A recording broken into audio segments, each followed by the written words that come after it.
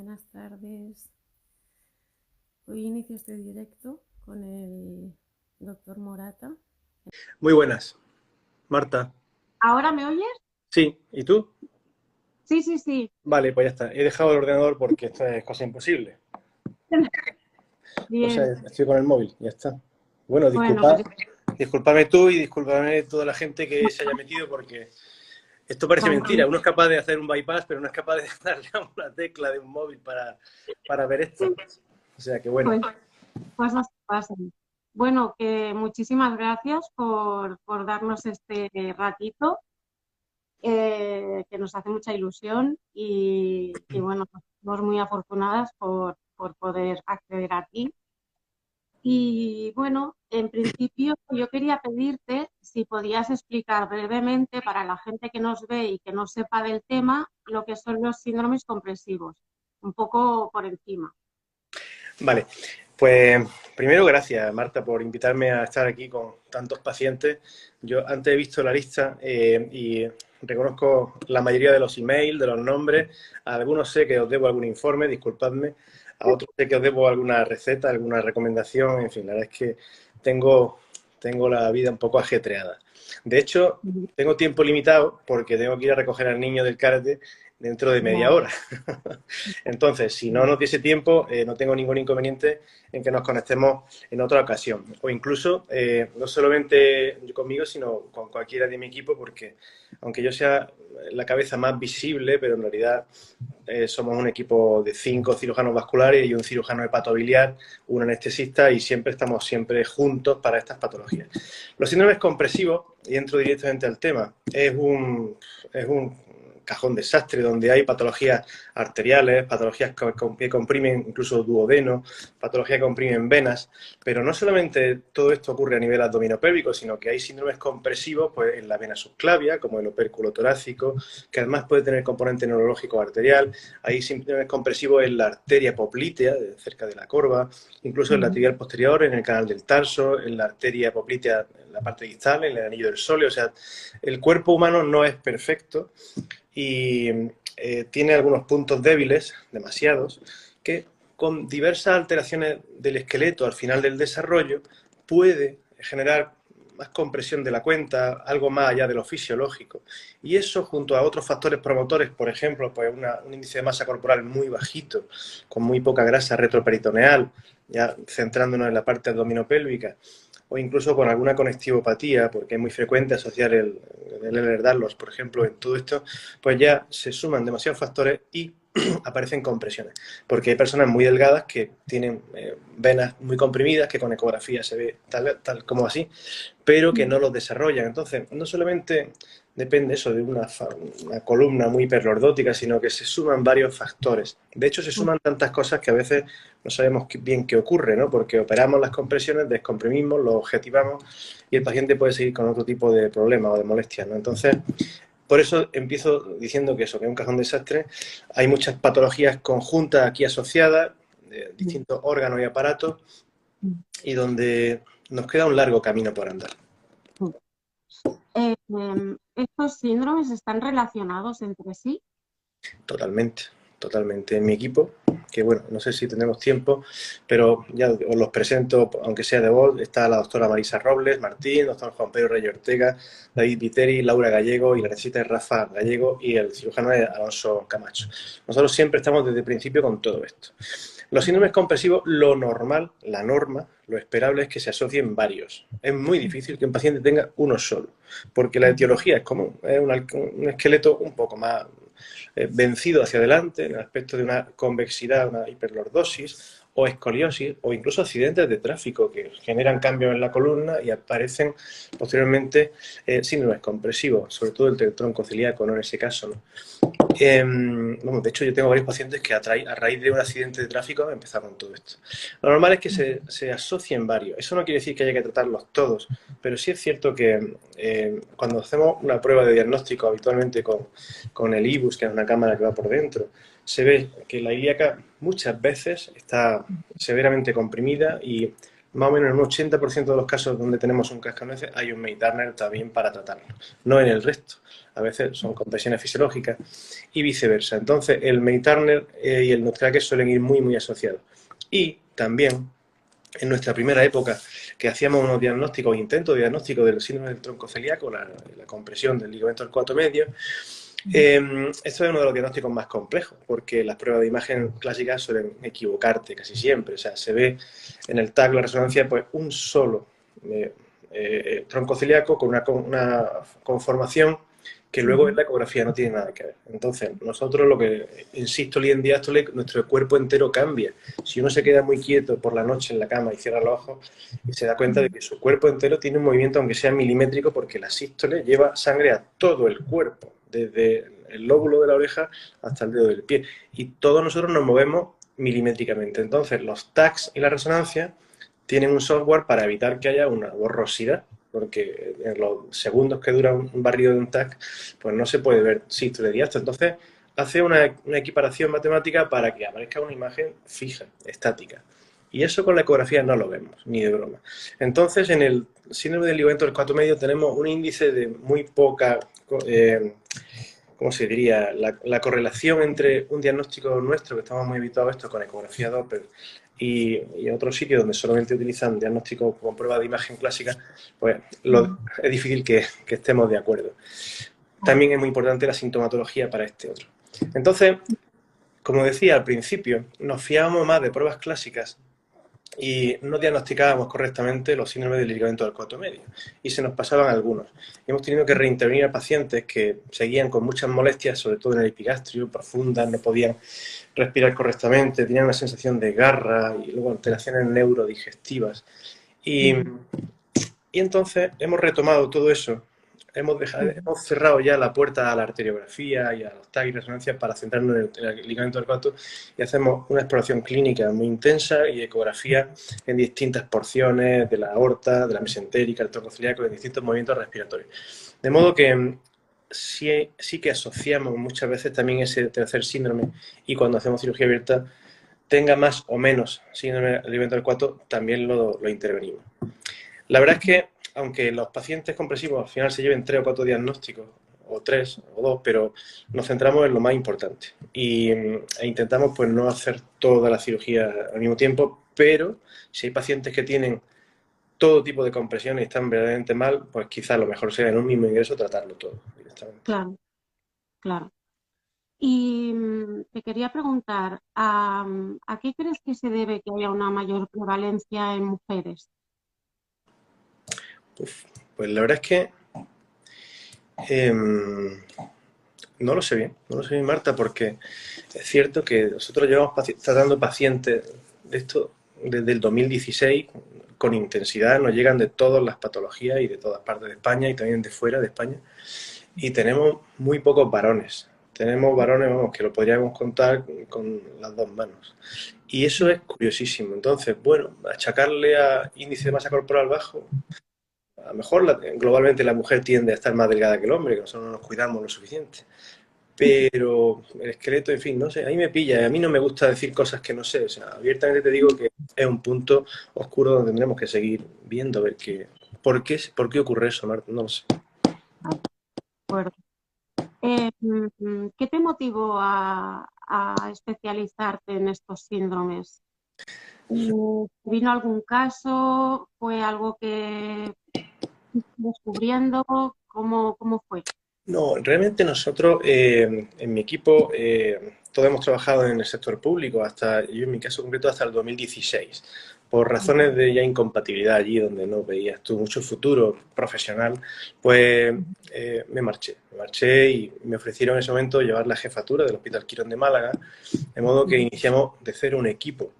Entonces, nosotros que nos sabemos bien toda nuestra especialidad y de hecho nos dedicamos a todo tipo de patologías, desde malformaciones arteriovenosas, aneurismas, patología carotidia, bypasses, todo. Pero sí que no quisimos darle la espalda a ningún tipo de patología. Los síndromes compresivos forman parte de la insuficiencia venosa abdominopélvica, las varices pélvicas primarias son frecuentísimas. Y hay muchísimas patologías que como no son de una importancia vital inmediata porque el paciente no se muere, como hay un aneurisma o una carótida, pues a veces con el colapso sanitario pues se deja un poco de lado. Nosotros quisimos hacer un servicio absolutamente completo desde el principio y esto, que era algo que desconocíamos previamente, salvo cosas muy, muy anecdóticas, pues nos motivó tanto que con una fuerte carga autodidacta empezamos prácticamente desde cero, ¿no? De hecho, nosotros en nuestros primeros momentos poníamos stent en la vena renal izquierda, cosa que ya hace tiempo que no. Hicimos explantes, hicimos todo tipo de patologías, nos metimos en cirugía abierta y hemos modificado muchísimo las técnicas, ¿no? De modo que, aunque un coche de ahora sea una cosa con 4 ruedas, igual que un coche de hace 100 años, pero no tiene nada que ver uno con otro. Entonces, lo que nos motivó fue precisamente eso, que era un territorio muy poco explorado. En España prácticamente no se hacía nada, o era algo puntual, y donde había mucho que aprender. Y nosotros siempre hemos sido gente muy motivada y entonces estamos encantados de poder atender también esta parte de la patología. No estamos centrados solo en esto, pero sí que nos encanta este tipo de patología. Vale. Luego te quería comentar, sí que es cierto que las pacientes, como bien sabes, solemos tardar en conseguir diagnóstico muchas veces, ¿no? Depende de dónde estemos, porque son patologías que no son muy conocidas en general. Entonces vivimos con bastante incertidumbre, con bastante ambigüedad. Entonces, al final, eso, ¿no? O sea, se ha vivido un proceso también a nivel de los tratamientos, han ido cambiando, ¿no? Conforme se ha visto que habían cosas que funcionaban más que otras. Entonces, ¿cómo dirías tú que suele cursar la enfermedad en general? ¿Qué suele cursar? ¿Cómo suele cursar la enfermedad en general? Sí. Bueno, la característica común de cualquier paciente con un síndrome compresivo es que tarda muchísimo tiempo en tener un diagnóstico, muchísimo tiempo. De hecho, por ahí leí hace poco que si llevaba 2 años era la media que encontramos habitualmente. O sea, largo tiempo, muchísimas pruebas y mucha desesperación. Y luego emocionalmente, pues claro, ¿quién no se derrumba cuando tiene una vida normal que empieza a truncarse y empieza a truncarse sin que nadie sepa bien qué hacer, ¿no? Lo primero que tenéis que saber todos los pacientes que estéis escuchando es que no hay ni un solo médico que en este planeta quiera hacer algo que no ayude a un paciente, ¿no? Lo que pasa es que a veces, pues, y muchas veces, por desgracia, pues no sabemos bien qué le pasa a un paciente. Yo he operado muchísimos pacientes, en mi equipo hemos operado, y pacientes que luego siguen con otras molestias o con dolores, y la verdad es que eso es muy, muy triste, ¿no? Entonces, nuestro afán por ir mejorando es obvio. Y sigo en contacto con casi todos los pacientes, algunos se han perdido por ahí, por el camino, no han venido a revisiones, pero el interés mío, yo creo que cualquiera que se dedique a una patología compleja como esta, es seguir avanzando. No es una patología fácil de tratar ni de diagnosticar. Hay mucha disconformidad, hay gente que aún sigue pensando que esto no existe. Yo tengo mis reservas, pero la patología cursa de una forma, pues, un poco penosa, ¿no? Porque no sabes qué te pasa, tu vida ha cambiado, no tienes que empezar a dejar de trabajar, muchas bajas. Nadie sabe qué te ocurre, muchas pruebas, la sanidad a veces es lenta en responder y la incertidumbre al final pues te va socavando también emocionalmente. Entonces, bueno, yo creo que en nuestro equipo sí que en ese aspecto tenemos la máxima empatía porque nos gustan estas patologías, entendemos bien vuestra situación y en lo que a nosotros respecta, aunque tardemos a veces en responder a los correos, las consultas estén muy colapsadas, pero también hago un llamamiento desde aquí a que yo tengo muchísimos viajes, muchas actividades científicas fuera del servicio y tengo un servicio que es formidable. Entonces, cualquiera que quiera acceder a nosotros o a mí no tiene más que ver a cualquier compañero. Las cosas complejas siempre las operamos juntos, ¿no? Entonces, da lo mismo que vea yo a cualquier paciente o que lo vea otro de mis compañeros. Somos un equipo y funcionamos como tal, ¿no?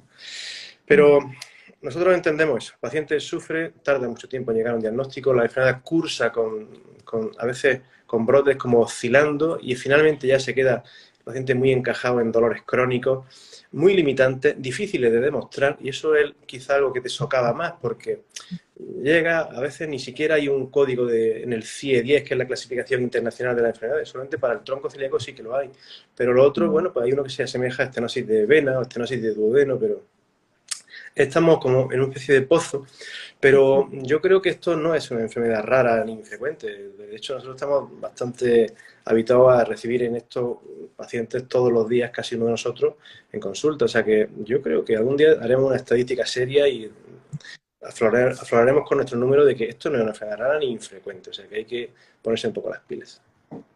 Bien.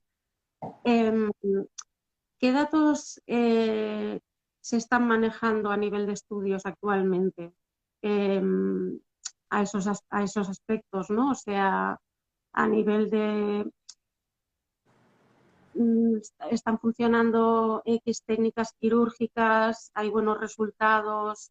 ¿Vosotros tenéis pensado hacer alguna publicación al respecto? Nosotros tenemos muchos datos que publicar, muchísimos, pero tenemos muy poco tiempo. Y entonces eso significa que el tiempo que tiene uno libre, que es muy, muy escaso, pues tiene que robárselo a la familia. Y bastante están las cosas y bastante ya está mayor uno como para no dedicarle el tiempo que necesitan. Entonces, sí que lo tenemos claro. En nuestros datos concretamente hay un antes y un después. Los primeros pacientes nos enseñaron mucho, fuimos modificando las angulaciones de los bypasses, en el caso de los bypasses Renocava, los calibres de las prótesis. Fuimos modificando hasta la forma de dar algunas colaterales, una ligadura más allá, más acá, de cómo cerrar todo eso. En fin, hemos sido muy intenso en lo que es la autocrítica, en sentarnos después de cada caso, ver dónde podíamos mejorar. Tenemos una gran serie de pacientes intervenidos con esto y sí que la opinión personal que tengo yo en cuanto a las diferentes técnicas es la siguiente. Para empezar, en el tronco celíaco, empezando por los tres grandes signos de arriba abajo, en el tronco celíaco, nosotros siempre intentamos hacer ya la laparoscopia. Las veces que tenemos que reabrir, o sea, que reconvertir o convertir al paciente a una cirugía abierta suele ser en torno a un 20%. ¿Por qué? Porque a veces el ligamento está tan potentemente aprisionando el tronco celíaco que literalmente es muy peligroso levantarlo y cortarlo. O sea, tienes que hacerlo ya con una incisión abierta porque por seguridad. En esta cirugía siempre estamos, en toda la cirugía está nuestro cirujano hepatobiliar, doctor Alonso Camacho, y nosotros. De modo que hay dos especialistas que en cada momento se van constantemente turnando, una parte la hace uno otro. ¿Por qué? Pues porque el paciente se beneficia de lo mejor de cada especialidad. Entonces, si no se puede hacer una liberación endoscópica, se hace la laparoscópica se hace de forma abierta. No hacemos nunca un bypass aortocelíaco. Tiene que ser una circunstancia muy concreta, que la mesentérica no esté bien o esté hipoplásica, pero lo normal, una liberación es suficiente. Y además es un síndrome bastante agradecido. Se presenta un buen postoperatorio, duro al principio, pero de lo más agradecido en síndromes compresivos. En relación a la vena renal izquierda comprimida, lo del stent externo que hicimos en algún caso, eso es un desastre, no tiene sentido meter en la pinza ortomesentérica más cosas dentro, una bufanda de PTFE anillada, lo que hace es una reacción brutal, de inflamación brutal. O sea, hemos quitado algún caso, eso no hay forma de quitarlo fácilmente, es verdaderamente difícil hacer un explante de un stent externo por la inflamación. Y todo eso genera más tejido, más inflamación, un mazacote. Y en una pinza ortomesentérica donde no cabe nada, no cabe ni el duodeno ni la vena, no le puedes poner más cosas. Lo normal es que no funcione bien esa técnica. Aparte que se puede romper algunos de los puntos, se puede liberar, traccionar y no suele dar resultado. Por lo menos es mi opinión personal y me baso en muchos casos que he visto. El tema de la transposición de la vena renal izquierda a nosotros nos motivó muchísimo, ampliamos calibres con un parche biológico, pero lo cierto es que por ese esqueleto hiperlordótico, al final la vena estaba muy bien anatomosada, una cirugía impecable, pero cuando uno ponía todo el intestino veías que eso se estaba comprimiendo de nuevo. Entonces el número de fracasos era alto, entonces lo abandonamos. Y de hecho eso coincide con la literatura mundial, ¿no? La técnica de la transposición, en nuestra opinión, es una operación fallida. Da muy malos ratos. Y luego el autotrasplante, sabiendo que el 80% de los cascanueces tienen un May Turner, si nosotros cogemos un riñón y lo pasamos a la pelvis, Si lo ponemos en el lado izquierdo es un desastre. Le estamos metiendo medio litro de sangre por minuto más a esa ilíaca izquierda que no puede tirar hacia arriba.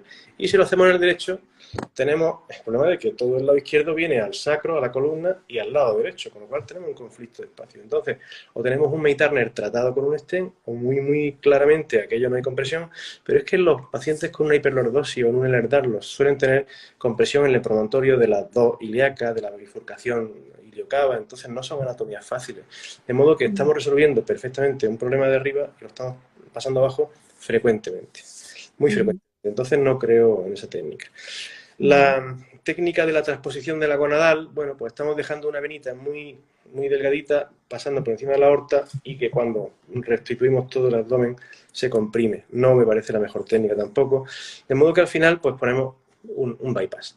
El bypass debe tener un calibre suficiente. Nosotros tenemos distintas prótesis y vemos cómo mide la renal. Tiene que estar siempre anillado. Tiene que ser un bypass que no tenga mucha angulación. Cuanto más horizontal mejor, pero lejos de la pinza. Un par de centímetros es suficiente. Quiere decir que baja un poco. Es un bypass corto, potente y tiene que hacer la forma de la C desde la profundidad del retroperitoneo, casi al lado del riñón, ¿no? Tenemos muy controlado toda esa técnica, hemos ido variándola con el paso del tiempo y realmente los resultados del bypass son muy buenos. Prácticamente todos. Hay un caso en Madrid, creo que se trombosó, pero bueno, una chica que fumaba, etcétera, y además perdimos la pista. De modo que, bueno, me lo sé por oídas, pero no... Lo normal es que todos los bypasses que hemos hecho estén funcionando. También la adherencia del tratamiento del paciente es importante, ¿vale? Y no perder contacto, saber qué medicación y revisarse. Y en el May Turner, y termino ya, claramente la técnica que se impone pues es la del stent. O sea, el stent con IBUS guiado suele ir muy bien. Hemos hecho algunos bypasses iliocavos, pero en pacientes con pánico a los stent es razonable, o en pacientes que tenían una oclusión muy corta, muy saltable, técnicamente, o pacientes con una alergia importante al níquel, o en pacientes con conectivopatías, pero incluso ya con conectivopatías seguimos poniendo stent, y eso sí que mundialmente el May Turner está súper estudiado y los resultados están más que contrastados.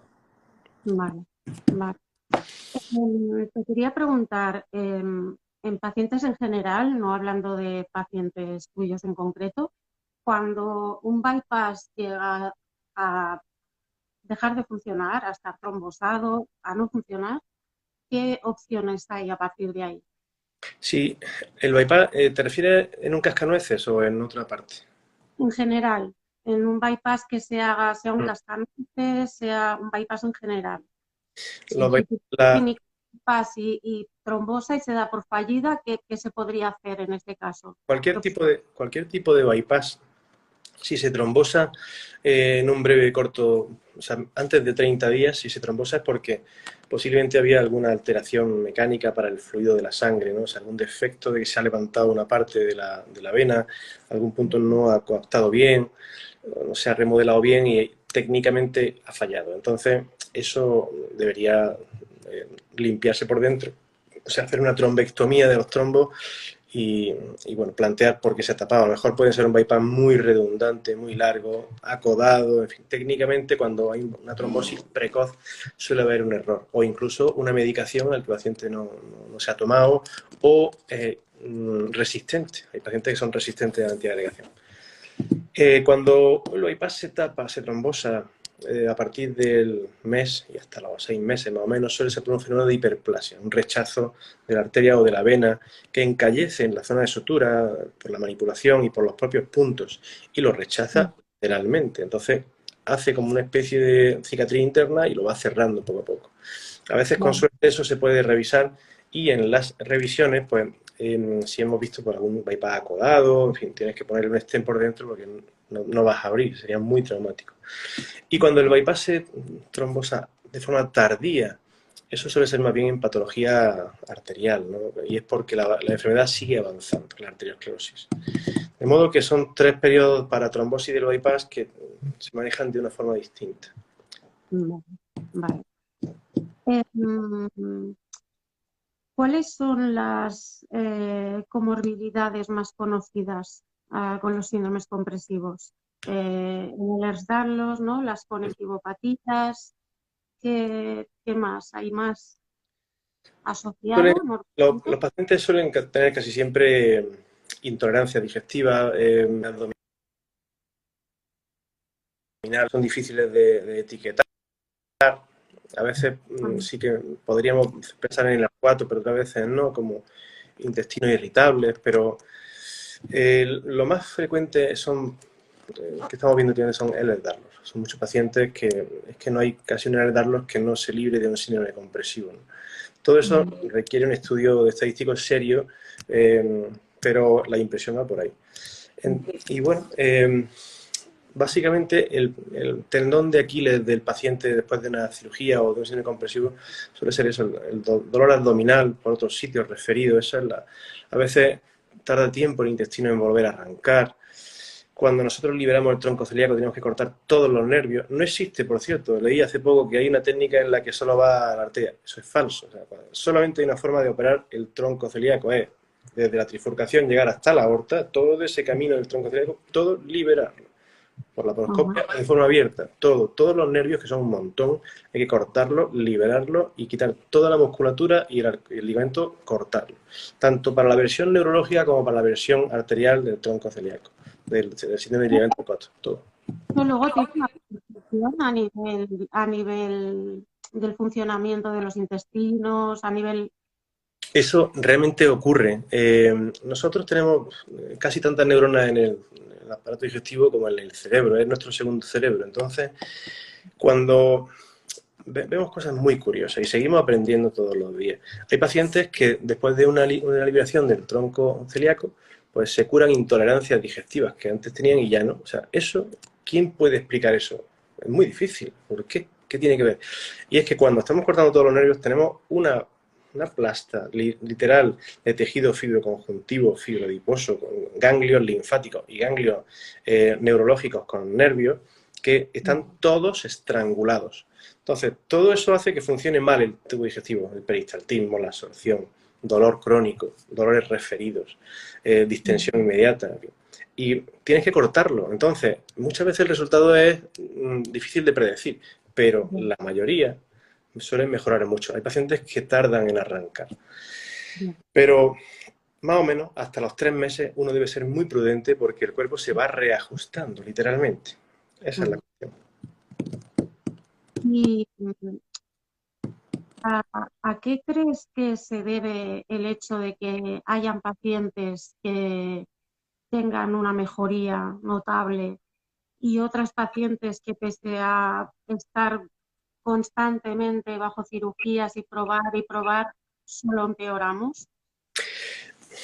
Depende de la cirugía que se hayan hecho. Si se coge, por ejemplo, un riñón y se le hace un bypass con prótesis desde el ilio, se baja hacia abajo y se retuerce hasta la cava, ese bypass no va a servir para nada. Entonces, hay cosas que se trombosan inmediatamente. Entonces, si tú al final le haces mucha cirugía en pacientes, a veces inevitablemente hay que hacer una nefrectomía, porque en realidad a veces hay gente que dice, no, a mí directamente me quitan el riñón. Yo creo que hay que intentar salvarlo, pero hay pacientes en los que técnicamente ha habido algún problema. ¿La nefrectomía es una opción? No es una opción, sí.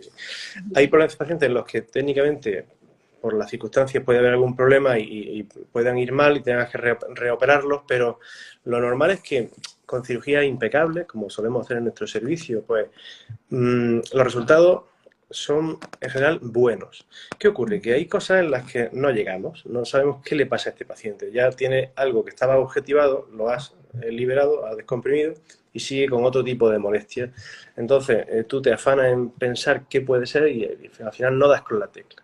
Hay pacientes que tienen al final otro diagnóstico digestivo, diagnóstico de origen neurológico y nosotros hacemos todo lo que podemos, pero no somos dioses, o sea, no sabemos a veces qué le ocurre a un paciente, solo sabemos que nos gustaría saberlo.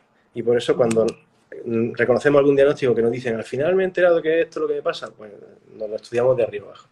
De modo que contás con nosotros, con el equipo entero, ¿no? Soy muy difícil a veces de acceder, lo entiendo en agenda, disculparme todo, pero mi equipo es formidable, son iguales o mejores que yo. Entonces, además siempre estamos todos juntos, de modo que no tengáis ese sentido la necesidad de que yo vea que sea, sino que cualquiera de nosotros es igualmente bueno y estamos pendientes de estas cosas. Hacemos lo que podemos, tenemos un altísimo índice de interés en mejorar a todas las pacientes con síndrome comprensivo. Y bueno, Marta, mi niño me está esperando en el karate, o sea que voy a tener que recogerlo. Si, quer- si queréis en otra Seguimos. ocasión, podéis hablar incluso con gente de mi equipo y así los vais conociendo, que Genial, estarán encantados genial. ya les diré yo que tienen que dejar el ordenador y solamente con el móvil, ¿vale? Ya he aprendido, Mejor. ¿vale? Muchísimas gracias, Alejandro. Gracias por este Nada, rato. buenas tardes a ti, Marta, y a toda la gente que nos está viendo. Besos. Adiós. Adiós, adiós.